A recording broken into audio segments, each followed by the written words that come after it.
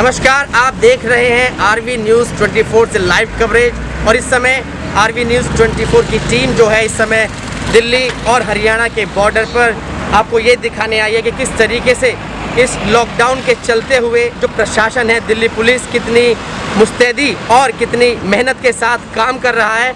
और जो गाड़ियों की आवाजाही है उस पर लगातार उनकी निगाहें हैं, नज़रें हैं। और आज जबकि पूरा 1 महीना और 3 दिन हो चुके हैं लॉकडाउन को, और उसके चलते जो यातायात में कहीं ना कहीं कुछ सुधार है, लेकिन कहीं ना कहीं काफ़ी चुनौतियां भी दिल्ली पुलिस के सामने आ रही हैं। और इस समय हम लोग जो रजौखरी जो कि गुड़गांव के बिल्कुल नज़दीक वाला दिल्ली का एक क्षेत्र है, वहाँ पर है। और हमने देखा किस तरीके से दिल्ली पुलिस है बड़ी मेहनत के साथ कड़ी धूप में यहाँ पर अपनी ड्यूटी को बखूबी निभा रहे हैं। और आपको दिखाना चाहेंगे किस तरीके से देखिए गाड़ियाँ आती हैं, उनसे बाकायदा सवाल किया जाता है क्या उनका कारण है आने का, और पूरी तरीके से उनकी इंक्वायरी की जाती है, पूछा जाता है, तब जाकर उस बात को यदि वो है सही बोल रहे हैं और उसका प्रमाण है तब उन्हें आगे दिया जाता है। हमारे बीच में एक हेड कांस्टेबल प्रदीप जी हैं। नमस्कार प्रदीप जी।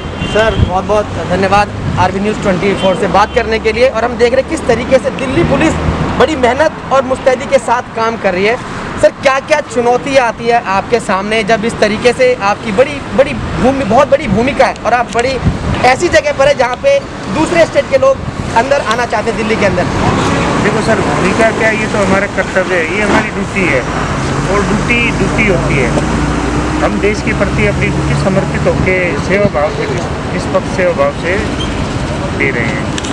पब्लिक जैसे समझती है कि भाई हम हिंदुस्तानी हैं, तो जैसे उन्हें अधिकार है तो उन्हें उनके कुछ कर्तव्य भी है, तो वो उनको सोचना चाहिए कि कुछ 1% आदमी है जो इस कर्तव्य का भली भांति पालन नहीं कर रहे हैं। बाकी लगभग ज़्यादातर अपने कर्तव्य का अच्छी तरह पालन कर रहे हैं। ये थोड़ा बुरा समय है, बुरा समय ही कुछ अच्छी नई गतिविधियों की शुरुआत करता है। तो मेरा तो यही अनुरोध है कि पब्लिक जो कुछ 1% जो नहीं कर रहे हैं वो इनका पालन अपना कर्तव्य समझ के करें, बोझ समझ के ना करें। जिस तरीके से जो लोग हैं जब आते हैं, किस तरह के क्योंकि हमें पता है कि जब आप यहाँ पर खड़े हैं तो बहुत सी बार ऐसे भी लोग होंगे जो बहाने बना करके जाते हैं।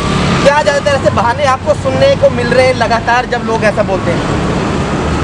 ऐसे बोलते हैं कि बीमार है, सच बोलते हैं, घर का सामान लेने जा रहे हैं, जबकि घर का सामान या बीमार है तो घर का सामान लेने भी जा रहे हैं तो एक व्यक्ति जाए।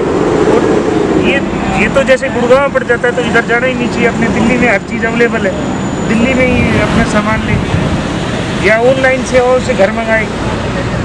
एक जो बीमार जो पेशेंट के साथ जो जाते हैं वो कम से कम जाए, यही मैं अनुरोध करूँगा कि पब्लिक से कि कम से कम जाए। एक मरीज के साथ 5-5, 4-4 जाने की कोशिश ना करें, जितने कम हो सके, जितनी ज़रूरत हो उतनी ही जाए। और सर आरवी न्यूज़ के माध्यम से आप व्यूअर्स को क्या संदेश देना चाहेंगे? मैं यही संदेश देना चाहूँगा कि ये बुरा समय है और हमें अपने कर्तव्य का भली भांति पालन करना चाहिए, चाहे वो पुलिस वाला हो, चाहे वो आम पब्लिक हो।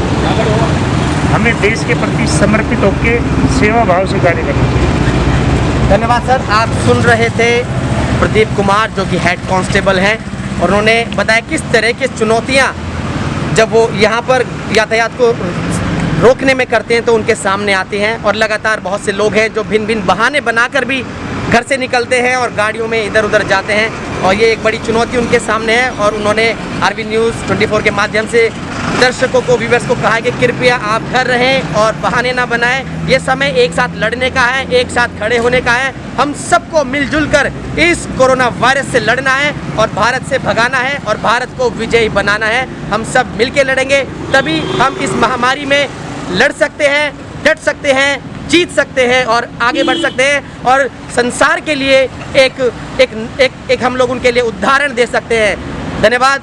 मैं मेरे कैमरामैन सागर निराला के साथ रोहित मैसी, दिल्ली।